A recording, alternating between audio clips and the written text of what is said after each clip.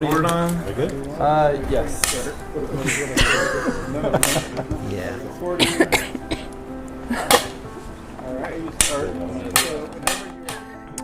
This might just be because I watched a lot of Walking Dead at the time that I showed up. But to me, the village, I remember telling Caleb this, it felt like a Walking Dead community. And if you don't know what the show is, basically society has collapsed and the remaining people that exist get into these, they have to be in these communities that help each other and protect, the weak ones from the horrible things that are going on up there. And there's stronger people and weaker people in the community, and you can, I don't know, so the first couple times I went, I remember seeing that, that guy looks like he's pretty strong. That guy must be the one with the crossbow or something, And it's I'm, right now I'm probably just one of the weak ones, But eventually I want to become one of the strong ones, I think. But yeah, that's always been sort of, and still how I see the village, is that it's kind of people feel like it's safe, and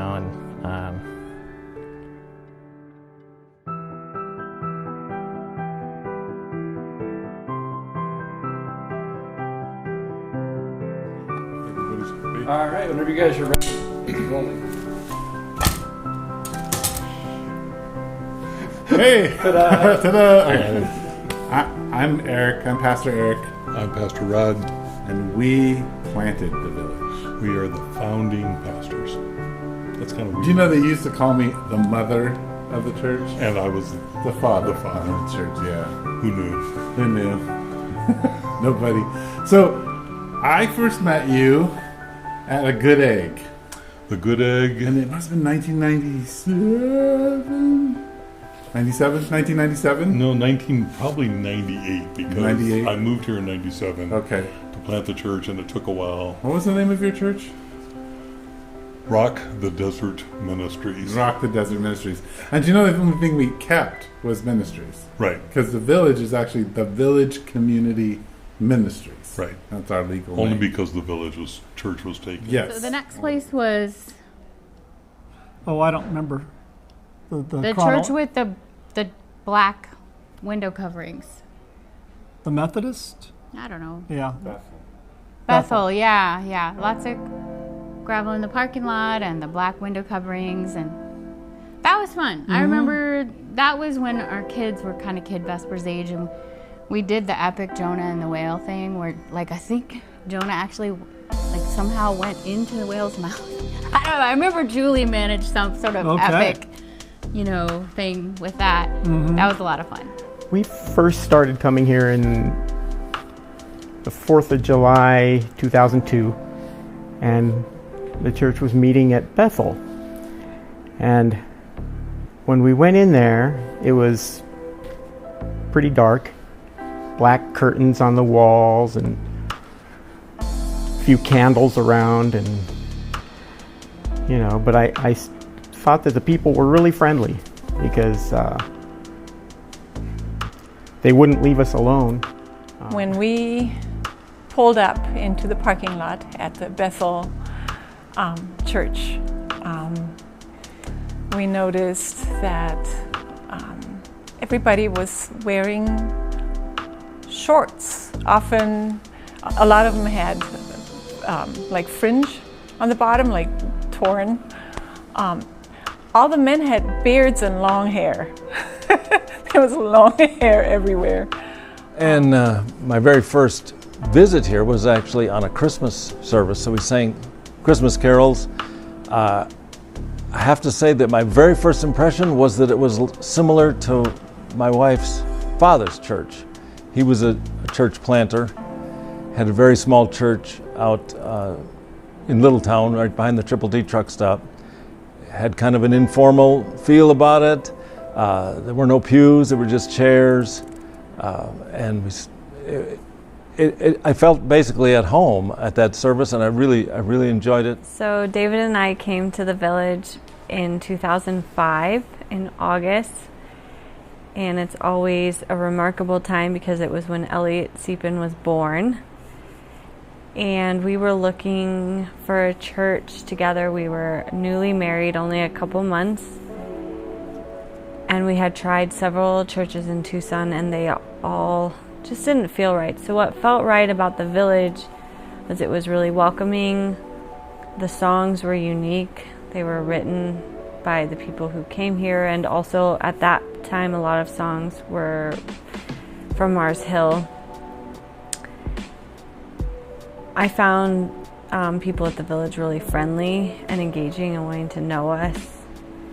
We were 22 and 23 years old, so we were babies, and we didn't really know what life was going to throw at us. But what really struck me, I think, in the first weeks coming to the village was I saw both Eric and Rod preach, at least once or twice each, and it was really quickly apparent to me that Eric and Rod and the rest of the community knew the same Jesus that I knew, that the people of this church were acquainted with the same guy. And so for me, it felt like a good place to be. And these were the people that I wanted to join in following Jesus together. I would say the belonging service, being up in Flagstaff, is always during the time when I miss the art project. And I've really missed that. I think that's probably the thing I miss the most when I'm gone. I always try to do it, and then at one point Julie was up in Flagstaff and she was like, "Oh, I brought you your leaf," and I was able to do it and give it back to her.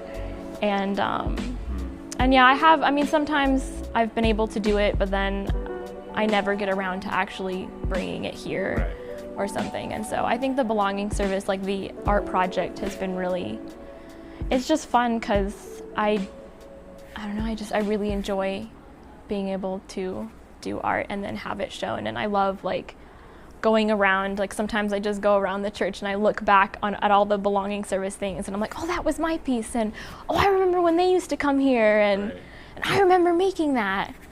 And so yeah, I think that's something that I've really enjoyed.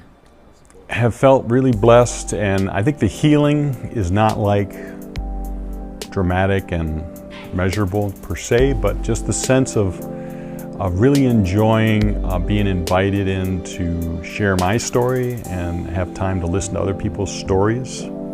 And in that whole process, getting a sense of our church at the village is not about being people who get it right all the time, but people who are in process and learning about each other and learning to love each other. So in a way, you could say the village saved my life. It's also given me direction when I didn't have it before. It's given me friends that I fought long and hard not to have. It's given me an outlet for my music.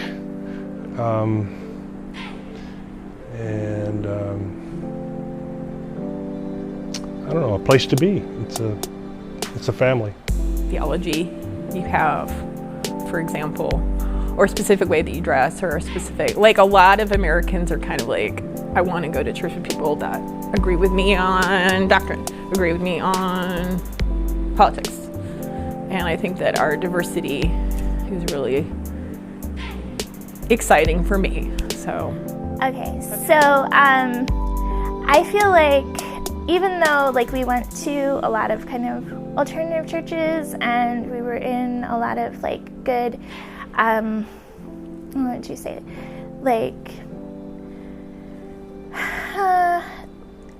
like church bodies, it didn't really feel like community in that same way, and especially other women.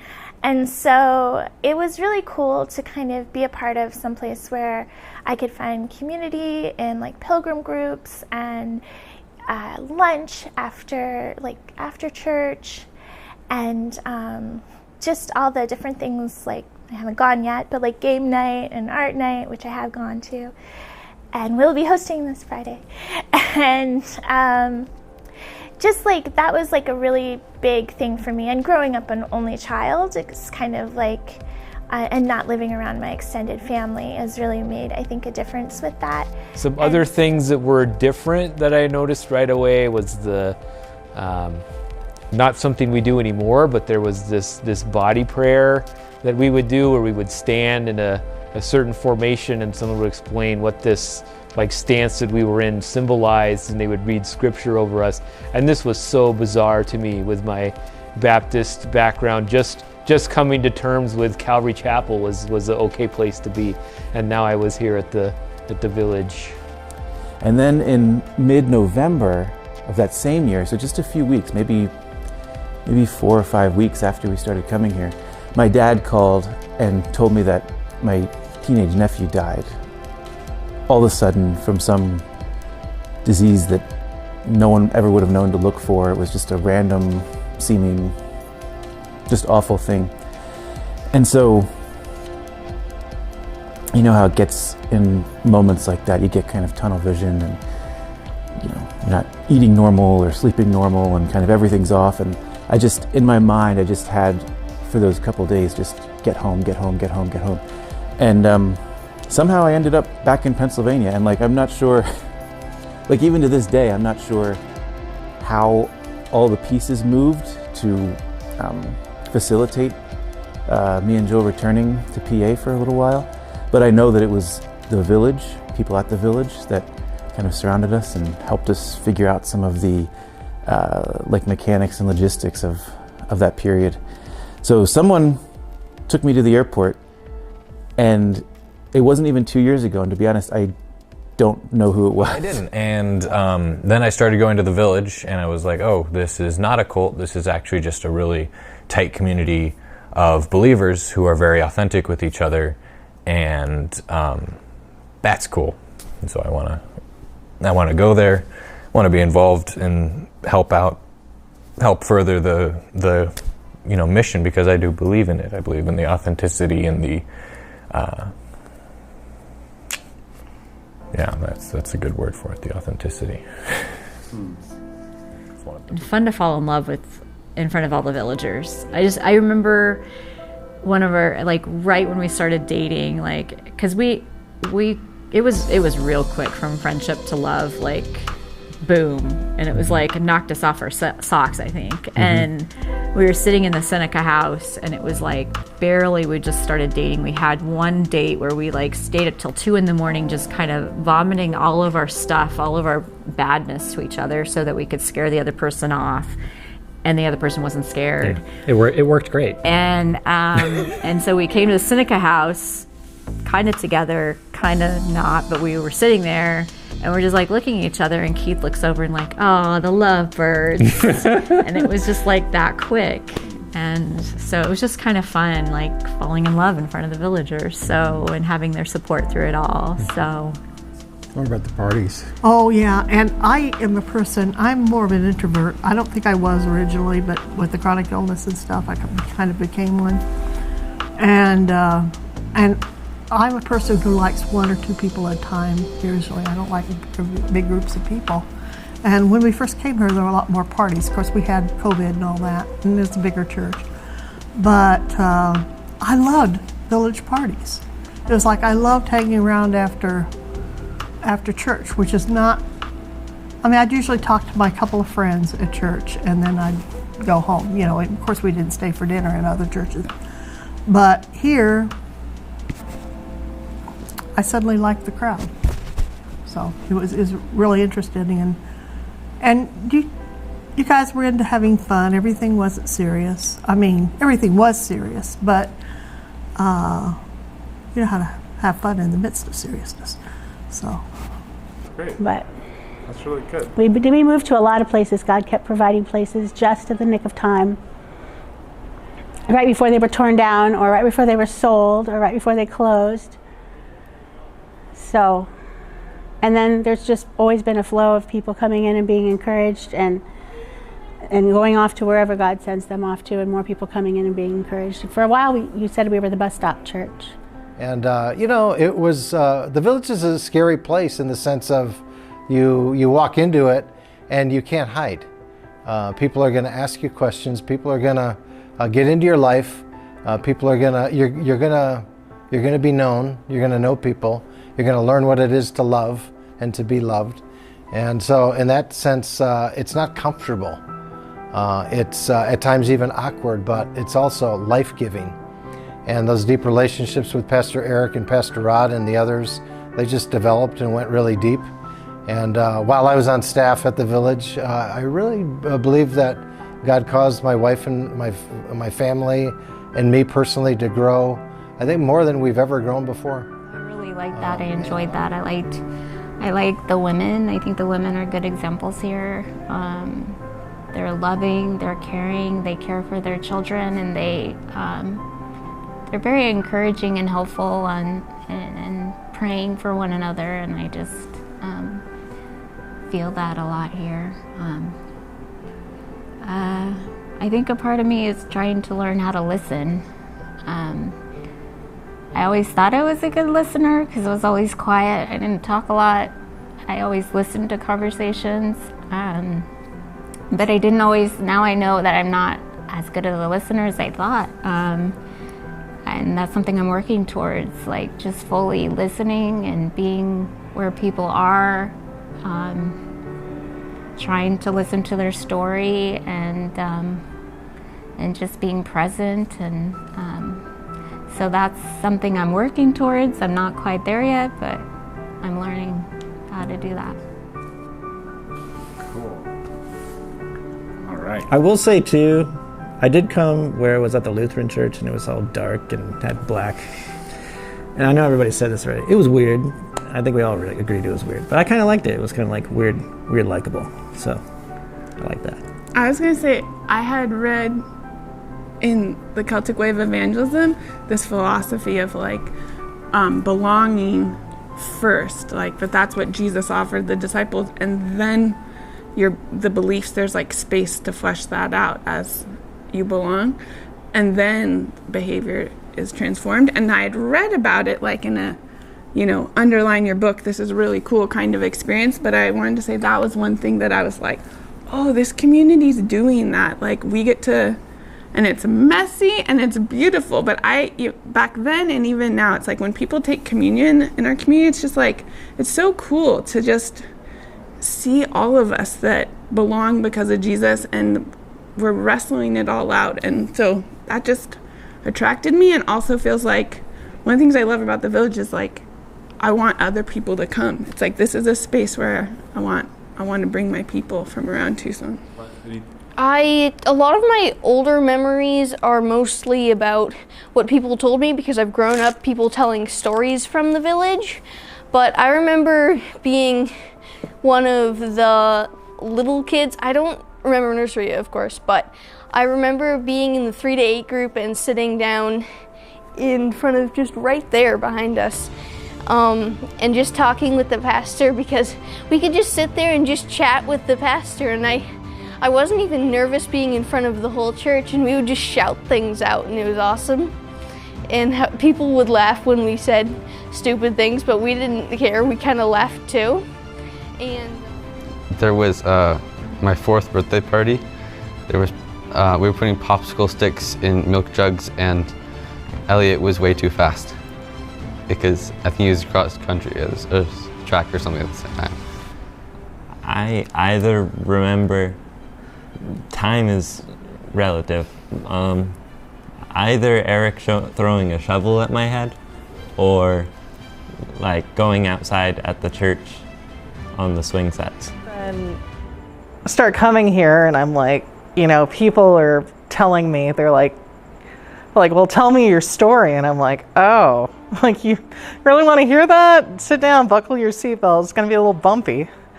And they're like, well, I really saw God in this spot and that spot. And I'm thinking, wow, it's like all this terrible stuff that I went through is actually serving a purpose. And people can tell me, oh, I see God was here when you were going through that, or I can see God was there when you were going through this. And I had never realized that before. And being able to have people tell me that actually allowed me to use the stuff that had happened to me as like a positive experience to say, I went through this, this is where God was. And I learned that from being here, and for me that was absolutely huge. This place is really weird because I grew up Mormon, and so I grew up with a conception of what church was, that it was white walls and everybody. I remember feeling really anxious about coming, wanting the boys to be dressed well and myself dressed well, because that's what you do in the Mormon faith, and so that was there was a lot of anxiety for me that in the beginning of wanting to get that right. So first memory coming in, at that time the building wasn't remodeled, so it did look it did look different, and all the walls weren't quite yet painted yet, but there was still a lot of paintings, and it was weird for me. The music was weird for me. I'm used to hymns and everybody singing I don't know, just different, and to be perfectly honest, not really liking the music at first because it was weird. But that was okay. I think it challenged me a lot about what church was. But it was a place where after I'd moved and we were, preparing to get married and moved to Tucson, I didn't have a job, I didn't know anybody in town, and I really was in the midst of my own quarter-life identity crisis at the time. And I think in the midst of that, I found a family here. And so through Monday night dinners at the village, over the Seneca house with a bunch of people that I was growing to know and love, and the village really was a place where I could wrestle and have a safe place to really be. I think I'd grown up in a family and come out of a place where it was all about what you did, and so it was really healing for me to be somewhere where there wasn't a lot of expectation. It was truly like, Kurt Cobain and come as you are, and so that resonated deeply with me in a lot of ways. Just existing, the village has helped me as the one person, because I feel loved when I'm here. I feel closest to God when I'm singing with a bunch of other people who are also singing to God. That's like my main thing, how I feel closest to God.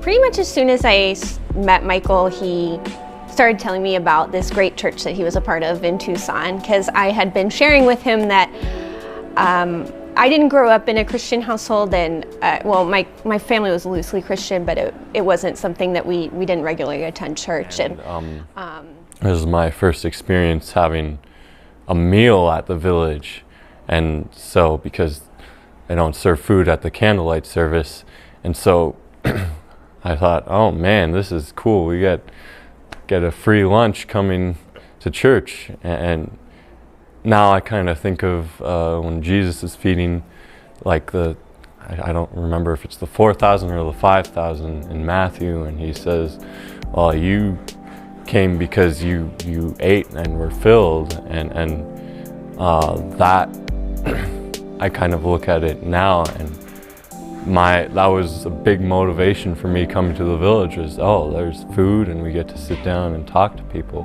But then eventually it turned into I'm being fed spiritually too, with the teaching and this kind of going back to the relational way of taking part in fellowship this way, that it's not just coming to be fed food, but to be fed spiritually now. And so that was kind of something that hooked me and kept me coming ever since. And I don't remember exactly like the day that I got, like the first time I came to the village. I do remember some of the first times I came to the village. I remember going like to the back room where Daniel and Kelly and Jesse and Caleb, all of them were. And I remember talking about Pokemon.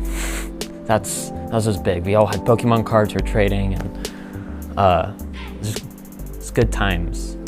The village has just been a real blessing to me. The people are real friendly and nice, and I feel at home here. The first time I came to the village, I'm pretty sure, was game night, and the first people I talked to was Elliott and his friends, and that was a fun time. It was fun. The only thing that I didn't like was that the bulletins that you were printing, I couldn't read. I mean, it was micro, like two font. And you could put the Bible on one page. And they got rid of, after that, they got rid of, so it worked. They got rid of the bulletins. So I first got here to the village, I was 14 when I first came to the village, and it was not in this building. It was in a blue room at a Lutheran church with black tapestries that we broke down every night, portable keyboards, we all sat in a circle and sang weird songs. It was great. Yeah, well, I came here in like 2015 because that was the time I met Julie. When I met Julie then, but when I met Emily, I don't know, I loved it. Like when I first walked in, it just felt so comfortable, you know, and like and welcoming too, and warm, and it just. It was a really great honor because it showed me that I was worth it. To have spent 2 years, almost weekly, discipling me, taking me to lunch, meeting with me, checking and making sure things were going okay. I know that tomorrow, if my world went to hell in a handbasket, all I would have to do is call you, call Rod, and you would be at my house before I could count to 10. Part of the church as well, and I called Eric and said what was going on, and he said, you need to come live with me while you get, and we'll take care of you and we'll get you through this. And so, and I said, I can't even get to your house. I can't do that. So he told me to tell Ron, and Ron brought me out of the room and put me in his truck, and I went and lived with the Seepins and the Brunsons for about 2 weeks or so while I was finishing my bachelor's degree, and they really pulled me through and carried me to Jesus and prayed for me and just took care of my physical and spiritual needs in all kinds of ways. I have a community over the 20 years who's taken seriously my health and understood that it wasn't just them who were receiving healing, but that they were to offer Christ to me. And so people have been willing to confront me with stuff. I've had to apologize in front of everyone for things. People have sat with me while I cried and wept. People have been willing to hear me say that I'm frustrated with all of them and angry, and not like go run away, but really want to dig in and deal with that. So that has been really healing, because it's given me a confidence to know that I don't have to be perfect. I can be broken, and this church will love me anyway, and they'll actually listen to me. And probably more because they know they have a voice into my life and can actually say, hey, that hurt me, or hey, how are you doing? And they really need it. And so that's how I was the one person at the village, is people really insert themselves into my life and care about me.